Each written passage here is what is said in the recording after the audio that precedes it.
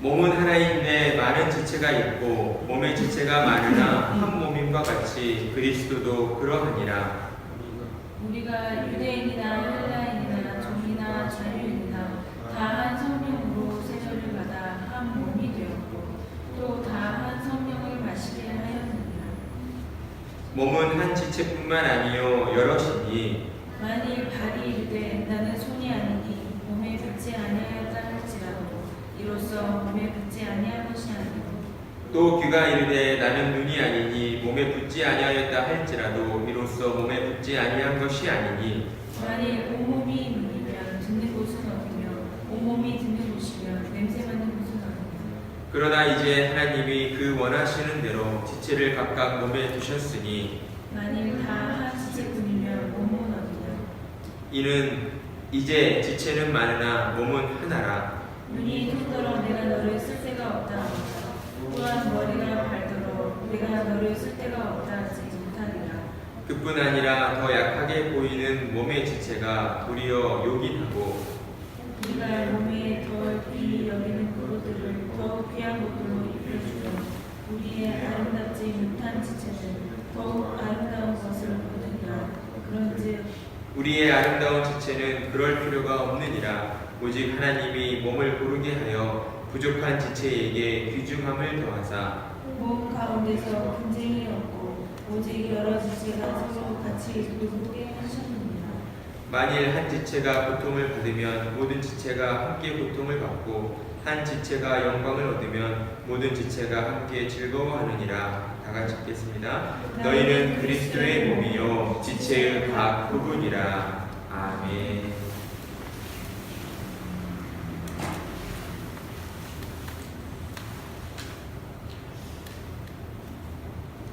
우리 시간 앞에 계신 성도님들을 바라보면서 사랑합니다, 축복합니다 인사 나누겠습니다. 사랑합니다, 축복합니다. 우리는 교회를 생각할 때 흔히 십자가가 달려있는 교회의 건물을 생각하기 쉽습니다. 하지만 성경적인 의미로 볼 때 교회는 건물이 아닙니다.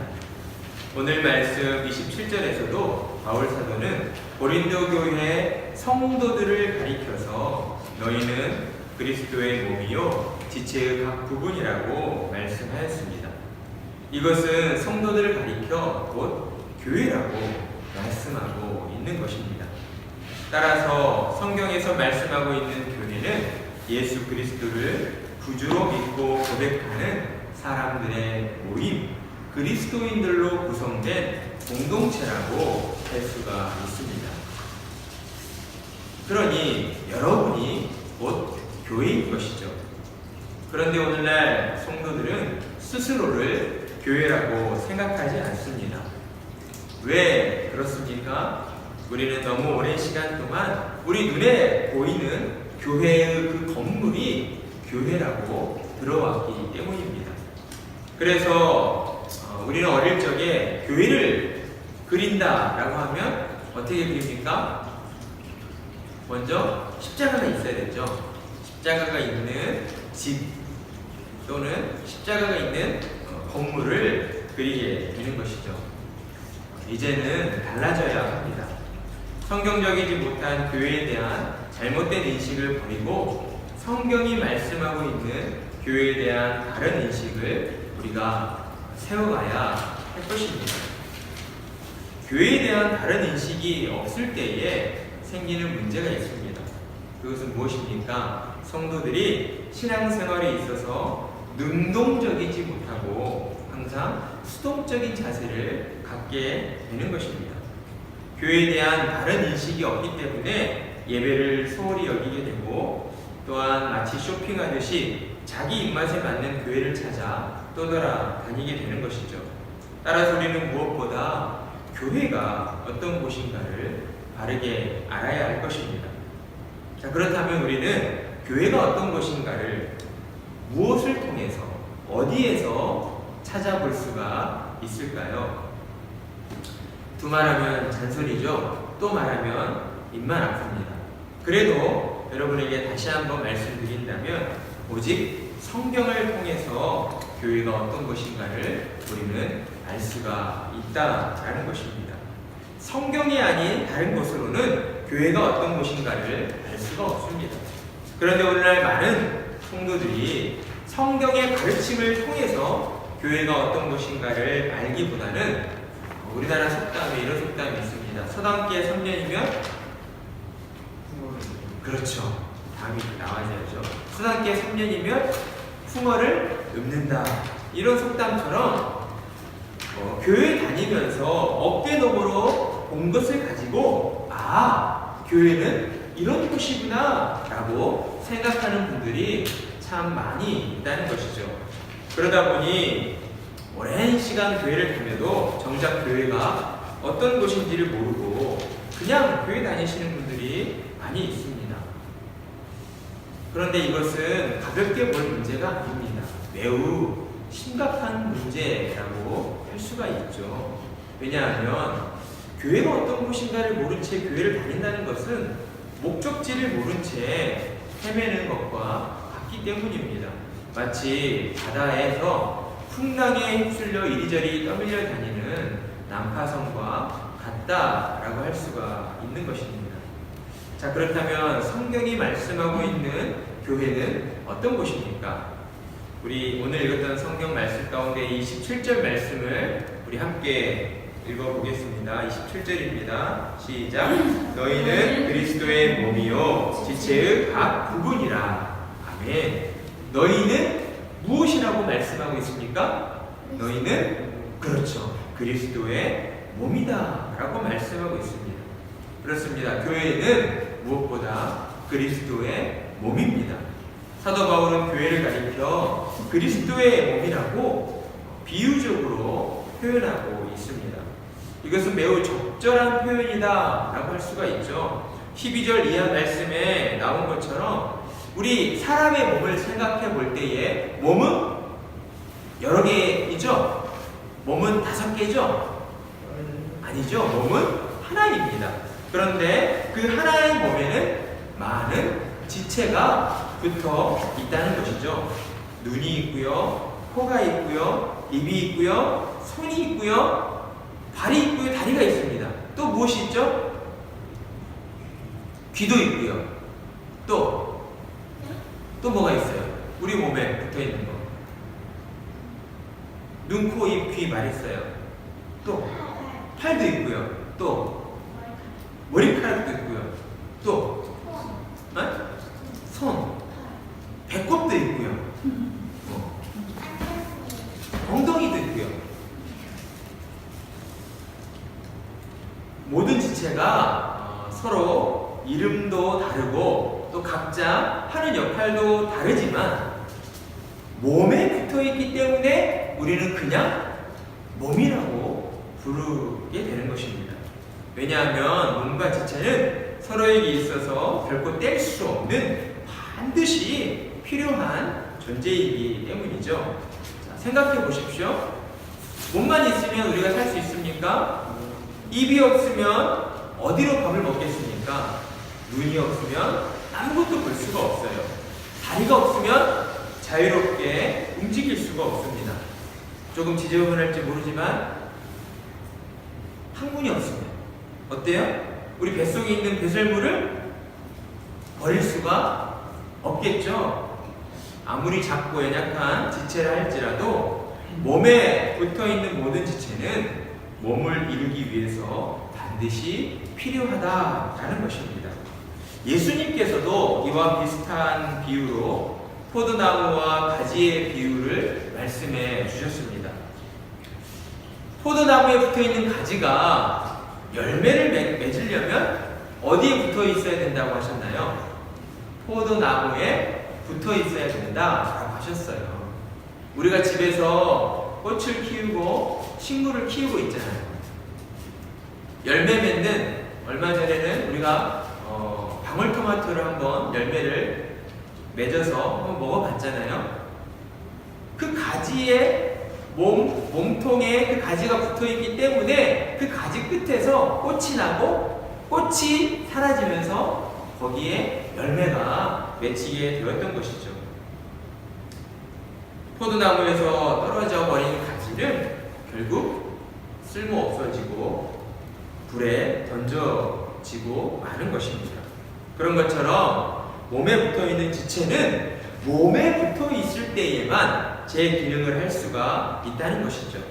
또한 몸에 붙어 있을 때에만 살아있다라고 할 수가 있는 것입니다. 그래서 몸과 지체는 곧 하나라고 할 수가 있는 것이죠. 이렇듯 성도들은 영적으로 그리스도와의 연합을 통해서 그리스도와 한 몸을 이루게 된 것입니다. 성경은 영적으로 그리스도와 한 몸을 이루는 믿음의 공동체를 가리켜서 교회라고 우리에게 말씀해주고 있습니다. 그리고 믿음의 공동체인 그 교회를 또한 그리스도의 몸이라고 우리에게 말씀해주고 있다는 것이죠. 그러니 주님과 한 몸을 이루고 있는 이 교회가 바로 여러분이 얼마나 거룩하고 얼마나 영광스러운 존재인가 하는 것이죠. 우리는 교회가 어떤 곳인가를 우리의 생각과 우리의 마음으로부터 다시금 정리해야 할 필요가 있을 것입니다. 다시 한번 말씀드리지만 교회는 건물이 아닙니다. 교회는 성령으로 거듭난 자들이 그리스도와의 신비로운 연합을 통해서 그리스도와 한 몸을 이루고 있는 믿음의 공동체라는 것입니다. 바로 여러분 자신입니다. 바로 우리들이라는 것이죠. 따라서 우리는 교회를 생각할 때마다 무엇보다 우리 자신이 예수님과 하나가 되었다고 하는 그 생각을 가져야 하는 것입니다. 그리스도와 하나가 되었다고 하는 사실을 인식해야지만 그래야지만 이 땅 가운데 신자다운 모습으로 살아갈 수가 있는 것입니다. 이것은 매우 중요한 것입니다. 왜냐하면 성경은 그리스도와 연합된 자만이 죄에 대하여 죽고 죽음에서 부활하게 되었다라고 우리에게 말씀해주고 있기 때문입니다. 그런데 신자라 하면서도 그리스도와 하나가 되었다는 생각을 전혀 하지 못하고 있다면 그 사람은 아마도 그리스도와 연합되지 못한 그러한 사람일지도 모를 것입니다. 사랑하는 성도 여러분, 한번 우리 다 같이 저를 따라서 외쳐보겠습니다. 나는 그리스도와 하나가 되었다. 나는 그리스도와 하나가 되었다. 나는 그리스도의 몸된 교회가 되었다. 나는 그리스도의 몸된 교회가 되었다. 여러분 이 사실을 여러분의 마음에 잘 새기십시오. 그리고 어느 때라도 예수님과 하나가 되었다는 사실을 기억하십시오. 여러분이 그리스도와 한 몸을 이루고 있다는 사실을 기억할 때에 세상의 어떤 고난과 어려움도 여러분을 넘어뜨리지 못할 것입니다. 왜냐하면 우리 예수님께서 당신의 몸이 상처받고 아파하는 것을 그냥 보고만 계실 분이 아니기 때문입니다. 예수님께서는 여러분이 고통받고 아파할 때에 여러분에게 찾아와 주시고 여러분의 영혼을 위로해 주십니다. 여러분에게 닥친 모든 고난과 어려움에서 여러분들을 해방시켜 주시고 상처 입은 여러분의 영혼을 사랑으로 싸매 주시고 회복시켜 주십니다. 그래서 여러분을 이전보다 더욱 굳건한 믿음 위에 세워 주시는 여러분의 예수님이십니다. 그래서 바울 사도는 그 사실을 깨닫고 갈라디아서 2장 20절 말씀을 통해서 다음과 같이 고백하게 된 것이죠. 내가 그리스도와 함께 십자가에 못 박혔나니 그런즉 이제는 내가 사는 것이 아니요 오직 내 안에 그리스도께서 사시는 것이라. 이제 내가 육체 가운데 사는 것은 나를 사랑하사 나를 위하여 자기 자신을 버리신 하나님의 아들을 믿는 믿음 안에서 사는 것이라. 아멘. 바울 사도는 자신의 삶이 자기에게 속한 것이 아니라 오직 예수님께 속해 있다는 사실을 깨닫게 되었던 것입니다. 그러자 그는 내가 사는 것이 아니다. 내 힘으로 사는 것이 아니다. 오직 내 안에 계신 그리스도로 말미암아 내가 사는 것이다 라고 고백하게 되었던 것입니다. 오직 예수님만이 나의 유일한 소망이십니다 라고 고백하며 살게 되었다라는 것이죠. 바울의 이러한 고백은 오늘날 우리에게도 동일하게 고백되어져야 할 것입니다. 나의 유일한 소망은 오직 예수님께 속한 것 뿐입니다. 우리는 하나님 앞에서 이 고백을 드리며 살아야 하는 것이죠. 우리가 예수님께 속해 있습니다 라고 하는 이 고백은 죽음도 두려워하지 않는 고백입니다. 왜입니까? 예수님께서 사망 권세를 물리치시고 부활하셨잖아요. 예수님께서 죽음을 뛰어넘으셨고 다시 부활해 주셨잖아요. 그리고 예수님께서 승리하신 그 승리를 우리에게 나누어 주셨습니다. 그러니 우리가 예수님께 속해 있습니다 라고 하는 이 고백은 예수님의 그 승리가 나의 승리임을 믿고 확신하는 가운데에 드리는 고백이다라는 것입니다. 우리도 바울처럼 고백해야 합니다. 사나 죽으나 나의 유일한 소망은 예수님 뿐입니다 라고 고백해야 하는 것입니다. 우리 다 같이 함께 고백해 보겠습니다. 사나 죽으나 나의 유일한 소망은 예수님 뿐입니다. 사나 죽으나 나의 유일한 소망은 예수님 뿐입니다. 여러분, 이 고백이 여러분의 진실한 고백이십니까? 아멘? 어떤 삶을 살아갈지라도 이 고백을 붙잡고 오직 예수님만이 나의 유일한 소망이십니다 라고 고백할 때에 하나님께서는 우리를 기뻐하시고 우리의 모든 삶 가운데에 하늘의 복을 허락하여 주실 것입니다. 그런데 우리는 어떻습니까? 우리의 이 죄로 부패한 본성 때문에 간혹 이 사실이, 이 고백이 잘 믿어지지 않을 때가 있습니다. 주로 어떨 때 그런 현상이 나타납니까? 나 혼자 힘으로 감당할 수 없는 큰 어려움을 만났을 때예요. 그럴 때 우리의 믿음이 약해지는 현상이 나타납니다.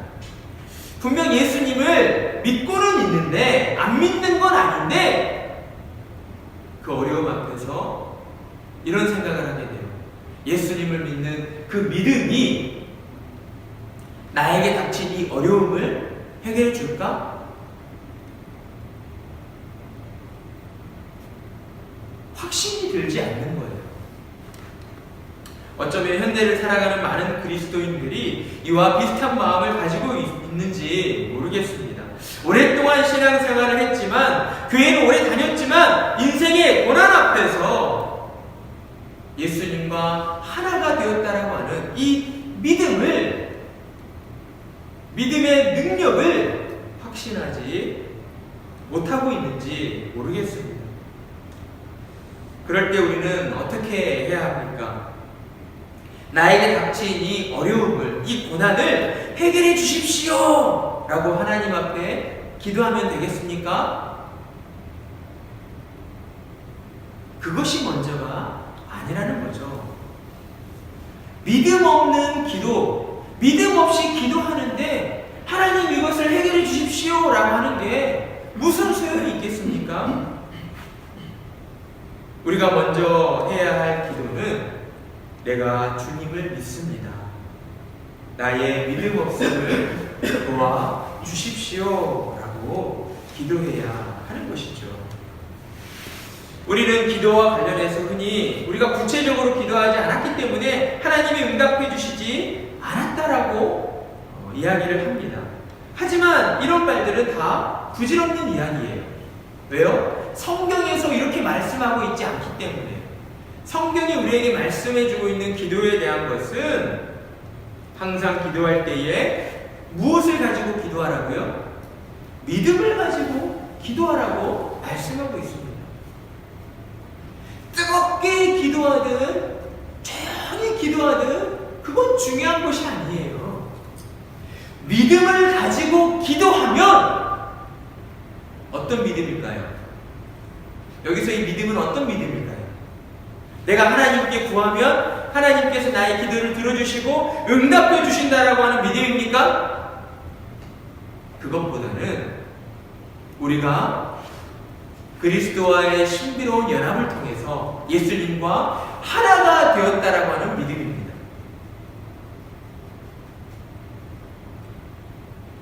그게 맞잖아요. 정말 우리가 믿음을 가지고 하나님 앞에 기도할 때에 나의 이 모든 어려움들을 해결해 주십시오 라고 기도했다면 그 기도가 바로바로 응답되어야 되지 않겠습니까? 그러면 이 땅 가운데 하나님을 믿고 사는 사람들, 그리스도인들은 어떤 어려움도 없이 살아야 되잖아요. 그런데 인생을 살다 보면 그렇지 않을 때가 더 많다는 거잖아요. 내가 분명 믿음을 가지고 기도했는데도 나에게 닥친 이 고난과 어려움이 해결되지 않을 때가 더 많다는 거예요. 그러면 우리는 기도에 대해서 또한 다시 한번 생각해 봐야죠. 기도의 참된 의미는 무엇인가?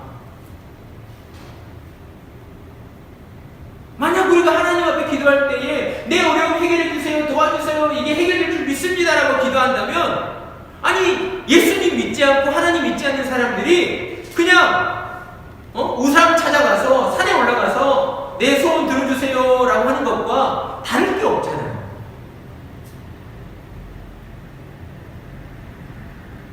우리가 하나님 앞에 나아가 믿음으로 기도할 때에 우리가 가져야 할 그 믿음의 내용은 내 모든 어려움들이 해결될 것이다 라고 하는 그 확신이 아니고요, 내가 하나님의 은혜로 말미암아 예수님과 한 몸이 되었다, 예수님과 하나가 되었다라고 하는 그 믿음을 가지고 하나님 앞에 기도 드려야 한다라는 것입니다. 우리가 예수님과 하나가 되었다라고 하는 사실을 온전히 믿을 때에 우리는 세상의 모든 고난과 어려움을 이겨낼 수가 있게 되는 거예요. 당장 모든 어려움들이 사라져버리고 해결되는 것이 아니라요, 내가 예수님과 하나가 되었다, 나는 예수님의 몸된 교회다라고 하는 이 믿음의 확신을 가지고 나아갈 때에 세상의 모든 고난과 어려움들을 이겨낼 수 있는 힘과 이겨낼 수 있는 용기를 얻게 된다라는 것입니다. 때문에 우리는 어떤 상황 속에서도 예수님을 향하여서 믿음의 뿌리를 더욱 견고히 내려야 하는 거예요.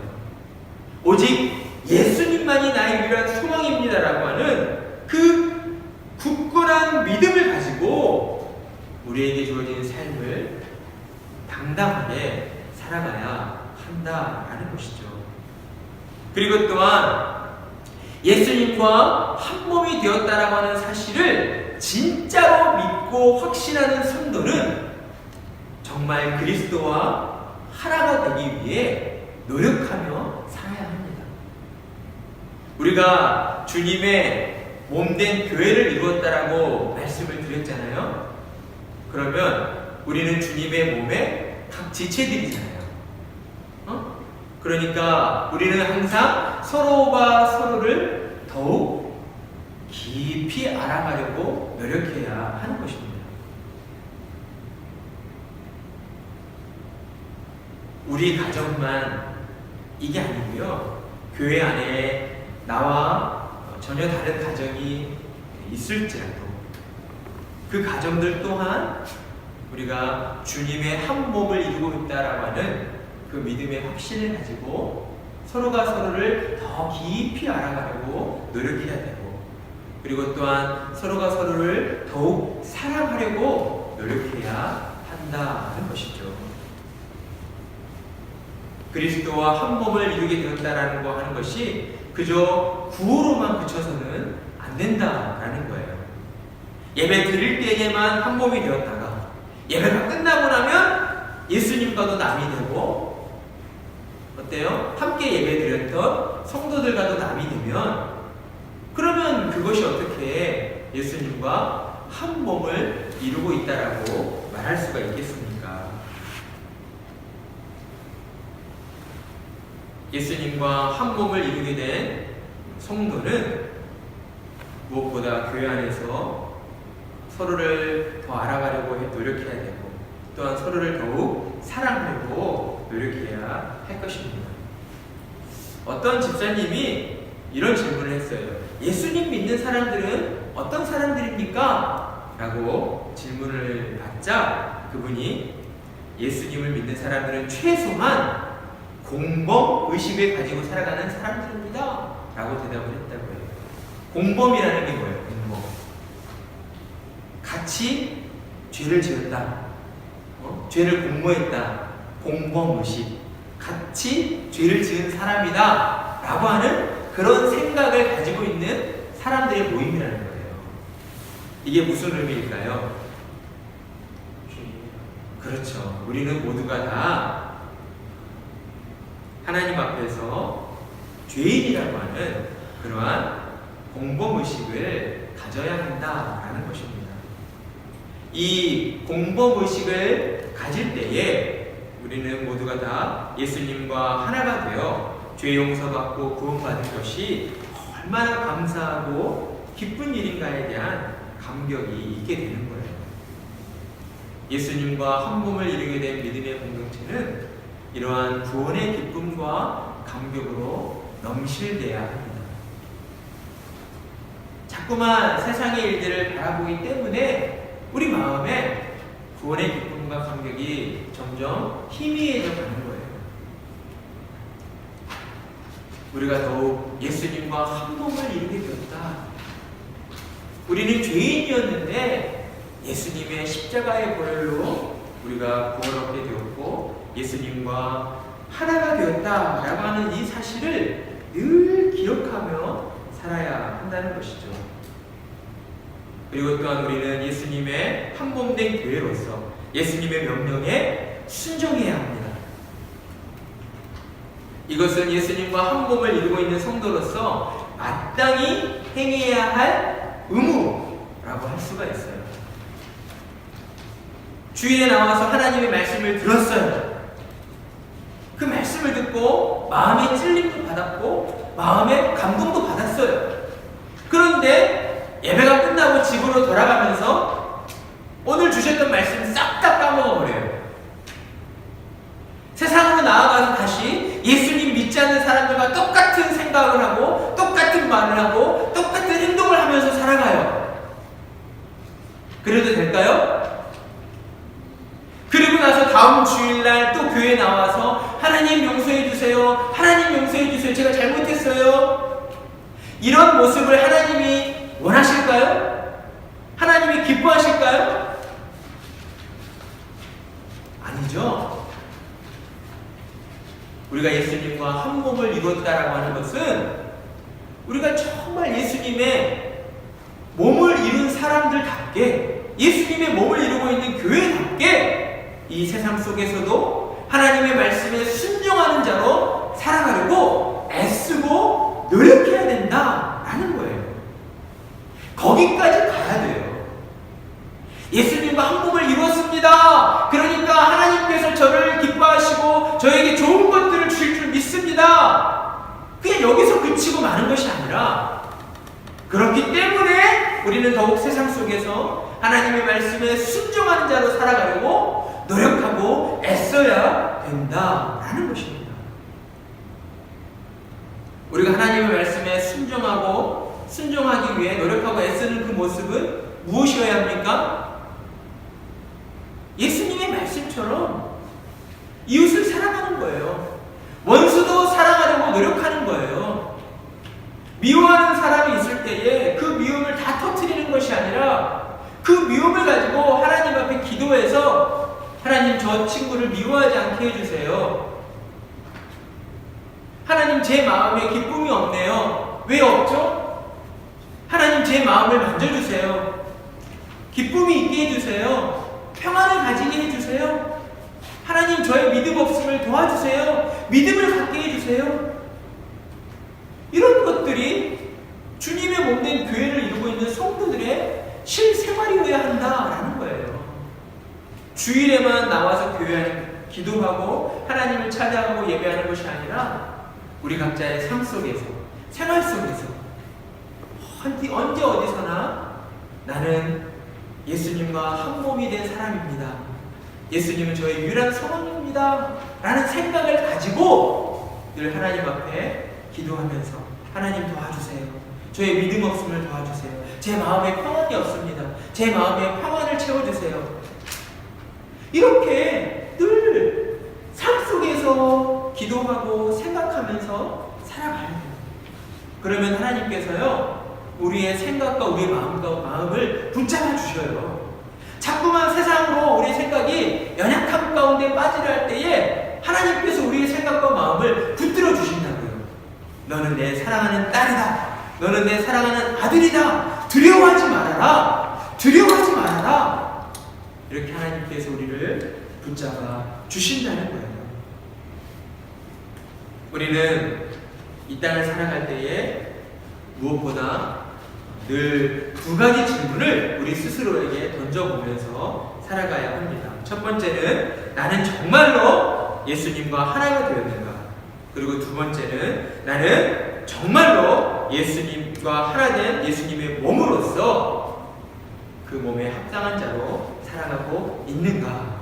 이 두 가지 질문을 우리 자신에게 던져보면서 정말 우리 스스로가 주님의 몸된 교회라는 사실을 기억하고 나 자신이 먼저 하나님 앞에서 하나님의 기쁨이 되는 교회로 설 수 있도록 우리가 노력하며 살아가야 한다는 것입니다. 우리 각자 한 사람 한 사람이 하나님이 기뻐하시는 주님의 몸된 교회로 성장해 갈 때에 하나님께서 우리를 기뻐하시고 또 우리 믿음의 공동체 세우는 교회 가운데에 더 많은 성도들을 불러 모아 주신다라는 거예요. 내가 주님의 기쁨이 되는 교회로 서지 못하면 아무 의미가 없습니다. 우리가 하나님 앞에서 하나님이 기뻐하시는 다른 교회를 세우겠습니다 라고 할 때는 첫 번째는 나 자신이에요. 우리 자신이 먼저 예수님과 하나가 되었음을 믿고 그 믿음으로 당당하게 일어서야 하는 것입니다. 그리할 때에 하나님께서 우리 안에 더 큰 믿음을 주시고 그 믿음을 가지고 세상 속으로 나아가서 믿지 않는 사람들을 데려오도록 하시고 또 우리 주변에 믿고는 있지만 그 믿음이 약하여서 흔들리고 있는 성도들 또한 우리 교회 가운데로 하나님께서 불러주신다라는 거예요. 언제 어디서나 나는 예수님과 하나가 되었습니다. 예수님이 저의 유일한 소망입니다 라고 고백드리며 믿음으로 하나님을 기쁘시게 해드리는 우리 세우는 교회 성도님들이 다 되시기를 간절한 마음으로 축원합니다. 아멘.